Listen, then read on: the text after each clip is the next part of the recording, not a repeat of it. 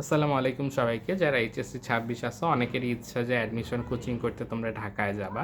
তো এই ভিডিওতে আমি আমার পার্সোনাল এক্সপেরিয়েন্স থেকে তোমাদের কিছু সলা পরামর্শ দিব যে যাওয়া উচিত হবে কিনা বা গেলে কি মাথায় রাখা উচিত।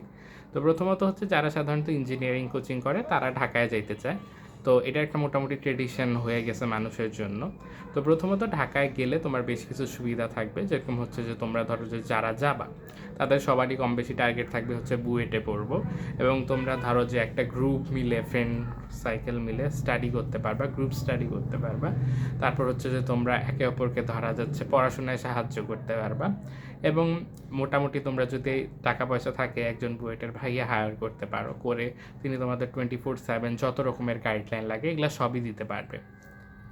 আর পার্টিকুলারলি মানুষ যেটার জন্য যায় বা বাবা মারা যেটার জন্য পাঠায় আর কি, সেটা হচ্ছে যে ঢাকায় ক্লাস ভালো হয়।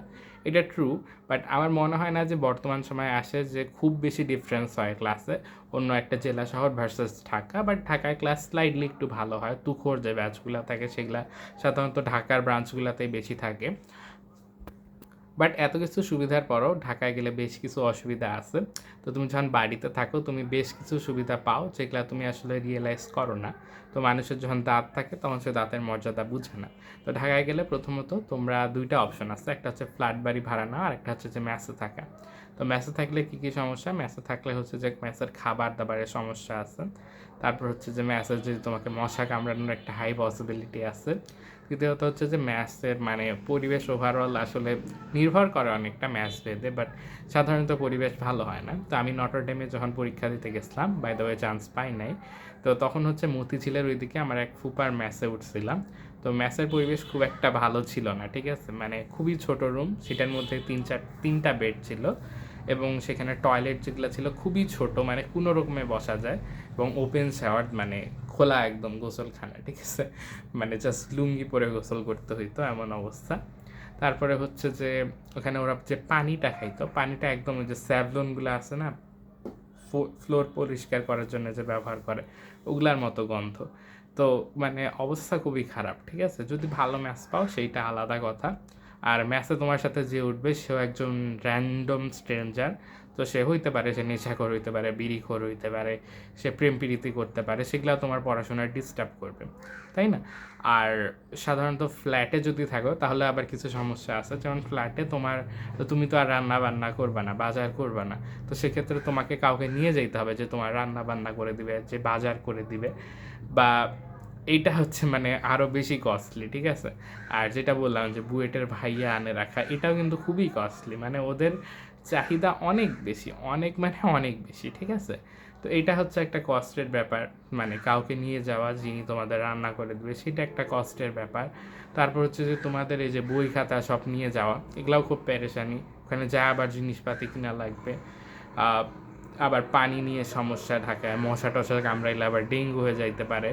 তো ওভারঅল আমি মানে কি বলবো, আমি আমি নিজেও ঢাকা গেছিলাম, বাট আই উড সে যে আই এম কোয়াইট লাকি যে আমাদের সাথে যে মানে যে নিয়ে আমাদের বুয়া হিসেবে গেছিলাম উনি হচ্ছে আমার এক ফ্রেন্ডের মানে পাশের বাসায় থাকে আর কি, ঠিক আছে। তো উনি হচ্ছে খুবই দেখা যাচ্ছে লাভ অ্যান্ড কেয়ার দিয়ে আমাদের দেখাশোনা করতো, এবং পানির ক্ষেত্রে আমাদের হচ্ছে কাছেই একটা ওয়াসার পাম্প ছিল, তো সেখানে আমরা হাটে যেয়ে পানি নিয়ে আসতাম।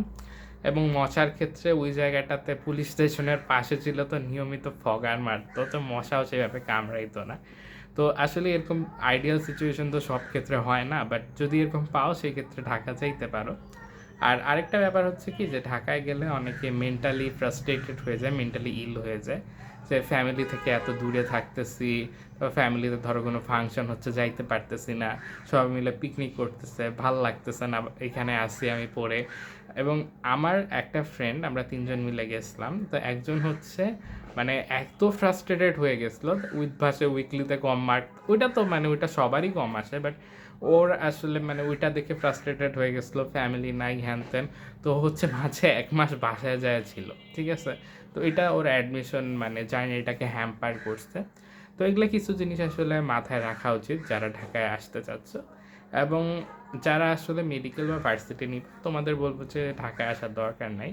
আর যারা ইঞ্জিনিয়ারিং নেবে জাস্ট আসতে পারো, বাট একটা জিনিস হচ্ছে কি ঢাকায় আসাটা কাইন্ড অফ ভাইব চেকের মতো। তুমি অফলাইন ক্লাসে যাবা জাস্ট ভাইব চেক করার জন্য, সব কিছু পড়ে যাবা, সব কিছু জানে যাবা জাস্ট ভাইয়ের সাথে তাল মিলানোর জন্য। ঠিক আছে, এখানে তোমাকে মানে আহামরি কিছু ওরা বানায় দিবে না। আর যদি মানে ভালো কোনো থাকার জায়গা না পাও বা এরকম পুর কন্ডিশন হয়, আসার কোনো দরকার নাই। বাসায় থাকে তুমি হচ্ছে ফার বেটার প্রিপারেশন নিতে পারবো।